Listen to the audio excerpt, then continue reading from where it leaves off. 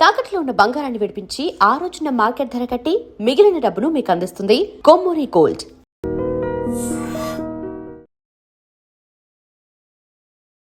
నమస్కారం. Welcome to I dream. ధర్మ మార్గం విత్ విజిత కార్యక్రమానికి స్వాగతం.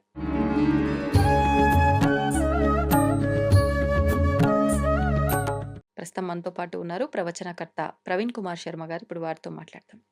నమస్కారం అండి. నమస్తే అమ్మా. మహాశివరాత్రి రాబోతుంది. మరి మహాశివరాత్రి అసలెందుకు జరుపుకుంటున్నామో దాని వెనకాల ఒక ఆంతర్యము ఉంటుంది.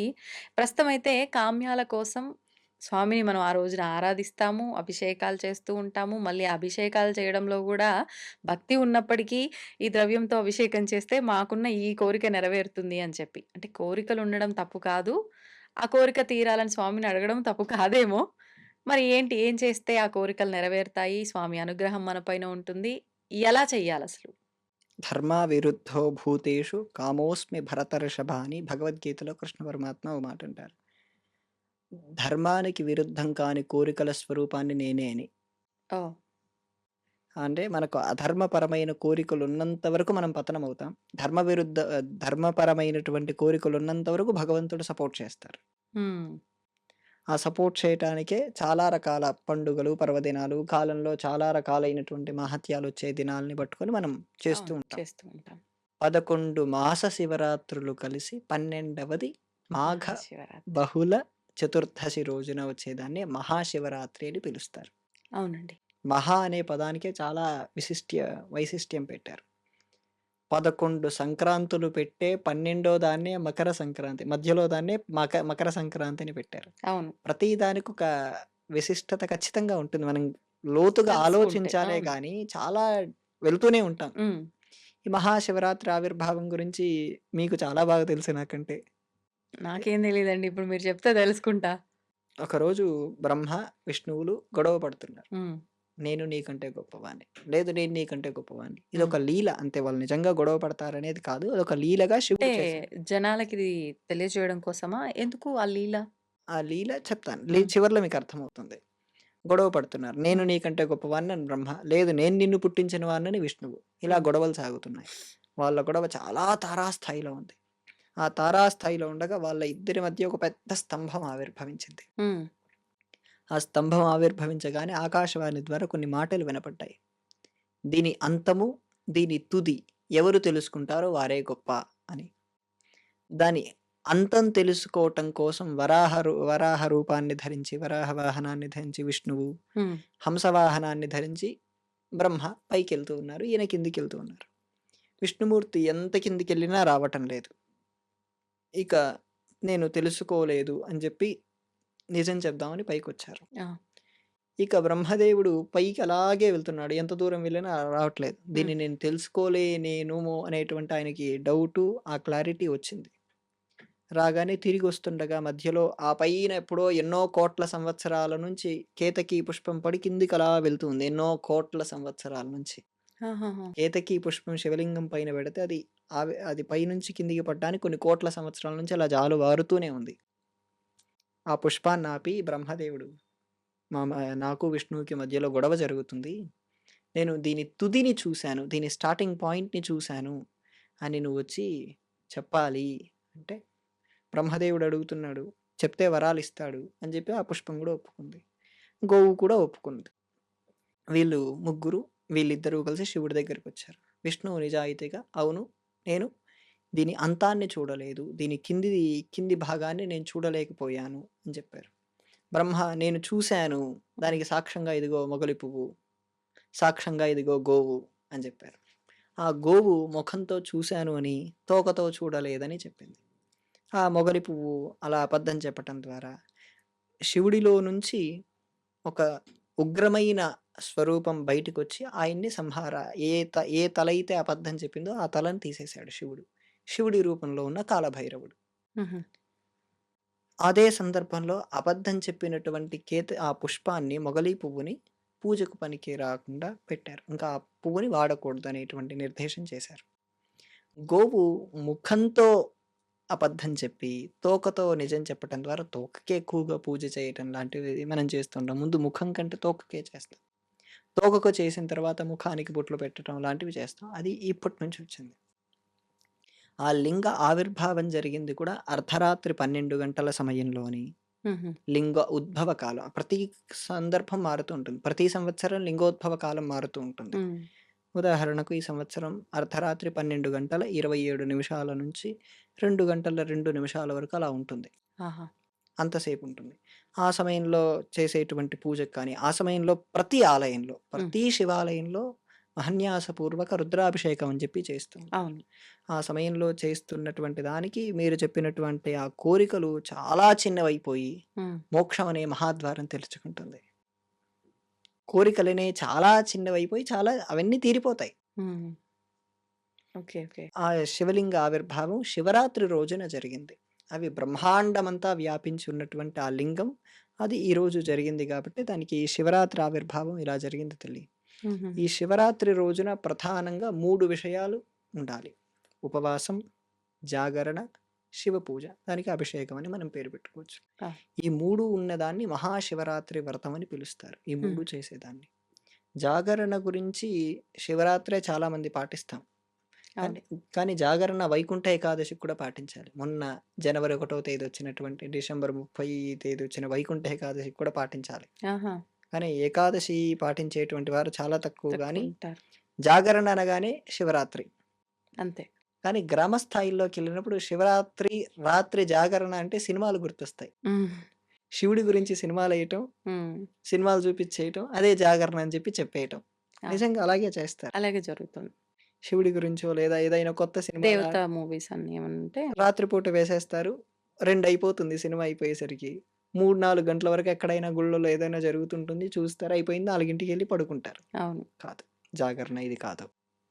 పొద్దున్నుంచి ఉపవాసం ఉండాలి. హ్మ్. ఇది కామన్. 6 కాలాల్లో పూజలు చేయాలి. హ్మ్. షట్కాల శివ పూజ అంటారు.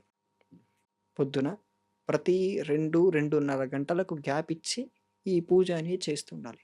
ఓహ్! అలా దీన్ని షట్కాల శివ పూజ అని చెప్పి పగటిపూట 3 సార్లు, రాత్రిపూట 3 3 సార్లు సార్లు అనుకోవచ్చు. చేయాలి. అలా పొద్దున్నే ఒకసారి ప్రారంభమవుతుంది. మళ్ళీ మధ్యాహ్నం అంటే 9 ఆ ప్రాంతంలో మళ్ళీ అవుతుంది. 11:30, 12 ఆ ప్రాంతంలో అయిపోతుంది. మళ్ళీ సాయంత్రం. ఆహా! అలా 3 సాయంత్రం. అలా 6 కాలాల్లో పూజ అనేది ఆ రోజు చాలా ముఖ్యమైనది. హుహు. రాత్రి అంతా పడుకోకుండా పూర్తిగా శివజపం చేస్తూ ఉండాలి. ఆ! శివజపమో, శివధ్యానమో, శివకీర్తనమో పూర్తిగా శివతన్మయంలో ఉండాలి. హుహుహు. ఆ తన్మయత్వంలో ఉండి పొద్దున 6 వరకు అలా చేయాలి. సూర్యోదయం వరకు అలా చేయాలి. హ్మ్. సూర్యోదయం వరకు చేసిన తర్వాత పడుకుంటాను అంటే కుదరదు మళ్ళీ. హ్మ్. అంతసేపు వ్రతం చేశాం గదా! ఆ వ్రతం చేసి మళ్ళీ స్నానం చేసి, మళ్ళీ నిత్యకృత్యాలు చేయాలి. హ్మ్. నిత్యకృత్యాలు పూర్తి చేసుకొని భోజనం చేయాలి. శివుడికి నైవేద్యం పెట్టి భోజనం చేస్తే అప్పుడు ఆ వ్రతం పూర్తవుతుంది. అప్పుడు గూడా మధ్యాహ్నం పడుకోకుండా ఉండలేని వాళ్ళు రాత్రి పడుకోగలిగితే సరిపోతుంది. మధ్యాహ్నం పడుకోగలిగితే పడుకోవచ్చు. శక్తి ఆహా! లేని వాళ్ళు.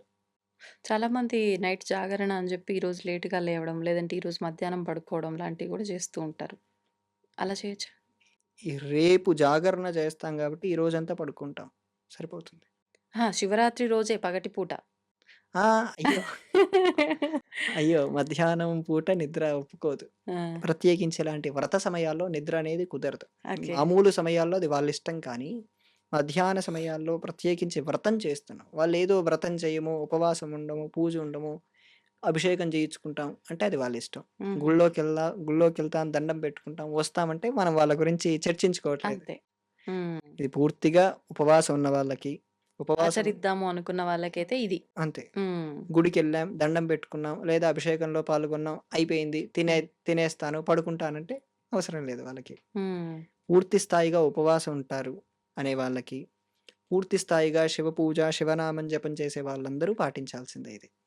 దీంట్లో మరి కోరికలను బట్టి ఒక్కొక్క ద్రవ్యంతో చేస్తే అనేది ఎంతవరకు వాస్తవం? నిజమేనా అండి ఇది? అంటే ఈ ద్రవ్యంతో చేస్తే ఈ కోరిక నెరవేరుతుంది అనేది వాస్తవమా? 100% వాస్తవం. మరి ఏ ద్రవ్యాలో చెప్తారా? పంచామృతాలు చాలా ప్రధానం. హ్మ్. పాలు, పెరుగు, నెయ్యి, తేనె, పంచదార ఇవి ప్రతి అభిషేకంలో ఉంటాయి. ఇంకా సుగంధ ద్రవ్యాలతో చేస్తారు. హ్మ్. సుగంధ ద్రవ్యాలంటే తెలుసా? ఏలకులు, లవంగాలు. హ్మ్. వీటితో చేస్తారు. ఇవి కాకుండా రసాలతో చేస్తారు. పళ్ళ పళ్ళ రసాలు. రసాలు. హ్మ్. హ్మ్. ఒక్కొక్క రసానికి ఒక్కొక్క రకమైన పద్ధతుంది. హ్మ్. కొంతమంది నూనెలతో కూడా చేస్తూ ఉంటారు. మనం నార్త్ ఇండియాకెళ్తే వాళ్ళు నూనె గూడా ఆవ నూనెలు లాంటివి గూడా శివలింగం పైన పోస్తూ ఉంటారు. అవునా? ఆ! హ్మ్. ఆవాల నూనెతో చేస్తే శత్రునాశనం జరుగుతుందని లాంటివి గూడా వాళ్ళు పాటిస్తారు. ఇది గదా ఇప్పుడు అందరూ జేయాల్సింది. హ్మ్. అంటే బయటి శత్రువుల కంటే మన లోపల ఎంతమంది శత్రువులున్నారో గమనించుకోవాలి. అంతే. బయట ఎప్పుడూ శత్రువులు ఉంటూనే ఉంటారు అందరికీ. కానీ అవును. మన లోపల ఉన్న శత్రువుల్ని ఎప్పుడు పోగొట్టుకుంటాం. హ్మ్. ఆ పోగొట్టుకోవటానికి ఈ వ్రతం చేయాలి. హ్మ్. ముందు మన లోపల శత్రువులు పోతే బయట శత్రువులు ఆటోమేటిక్‌గా నశిస్తారు. ఏదైనా అహంకారం వల్లే గొడవలు స్టార్ట్ అవుతాయి. ఆ! ఈగోయిస్టిక్ అంటాం గదా! అక్కడే ఎక్కువైపోయింది ప్రతి ఒక్క వ్యక్తిలో ఇప్పుడిది. అది మొదలైంది కాబట్టే హ్మ్. ప్రారంభమవుతున్న. ఆ ఈగోయిస్టిక్‌నే చంపేయాలి. హ్మ్. అది చంపేస్తే బయట శత్రువు ఆటోమేటిక్‌గా ఉండడు. అవును. ఇంకా చెరుకు రసంతో అభిషేకం చేస్తే ఇష్టద్రవ్య ప్రాప్తి అని. హ్మ్. ఫర్ సపోజ్ నేను ఒక కారు కొనాలనుకుంటున్నాను. చెరుకు రసంతో అభిషేకం చేయాలి. ఓహ్! మరి విభూది, వి భస్మం. విభూతి సమస్త ఐశ్వర్యాలను ఇస్తుంది. భూతిరైశ్వర్యం. ఆ! విభూతి అంటే ఐశ్వర్యం అని అంటే పేరు. పొడి విభూదా? నీళ్ళలో కలిపి చేయాలా? ఎలా అండి? మొదటగా మొదటగా ఈ నీళ్ళలో కలిపి చేసి తర్వాత పొడి వేయొచ్చు. మనం మహాకాళేశ్వరుడిని చూస్తే అలాగే చేస్తారు. హ్మ్. ఉజ్జయినిలో అవును. మహాకాళేశ్వర స్వామివారికి ముందుగా భస్మాభిషేకం చేసి, తర్వాత భస్మాన్ని చల్లుతారు. హ్మ్. అలా కూడా చేసుకోవచ్చు. ఇంకా ఇవన్నీ లేదు చాలా తొందరగా చేసుకోవాలంటే భస్మమే చాలా ఈజీ తల్లి. హ్మ్. పసుపు, కుంకుమ లాంటివి వాడరు అభిషేకంలో. అవునా? హ్మ్. హుహుహు. ఎందుకంటే ఇక్కడ శివుడు లింగ రూపంలోనే ఉంటాడు కాబట్టి వాడరు. శివుడి విగ్రహాన్ని పక్కన అమ్మవారు ఉన్న అమ్మవారు, అయ్యవారు కలిసున్న దానికైతే వాడొచ్చేమో కానీ, హుహుహు. లింగానికి మాత్రం కుదరదు. అంటే శివ పూజకి అస్సలు ఇలా లింగ రూపంలో ఆరాధనకి ఎక్కడ పసుపు, వాడరు. కుంకుమతో కలిపిన నీళ్లు వాడరు.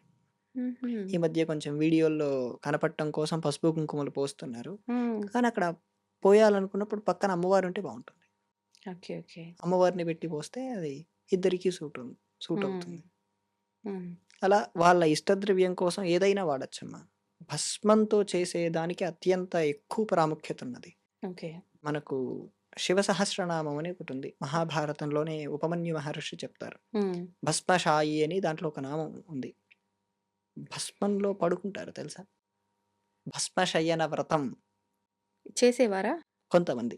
ఆహా! ఇప్పటికి నేను కొంతమందిని చూసాను. నేను ఆ ఎక్కడంటే వ్రతం ఇది ఏ చేయాలి ప్రాంతానికి సంబంధించింది? ప్రాంతంతో సంబంధం లేదు. ఎవరైనా చేయొచ్చు. ఆహా!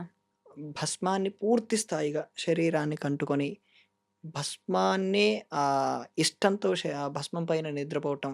హ్మ్. భస్మశయన వ్రతం అంటారు దీన్ని. దాంట్లో అందుకే ఈ భస్మశాయి అనే నామం కూడా మనకు ఎటువంటి కామ్యం కోసం జేస్తారిది? ఈ వ్రతం? కామ్యాతీతమైన స్థాయి ఇది. హుహుహు. పూర్తి స్థాయి అంటే శివుడిని దర్శింపచేసే స్థాయి. కామ్యం కుదురుతుందా? ఇది అందరికీ సాధ్యపడే వ్రతం కాదైతే. జ్ఞానజ్యోతి విచ్చుకునే స్థాయి.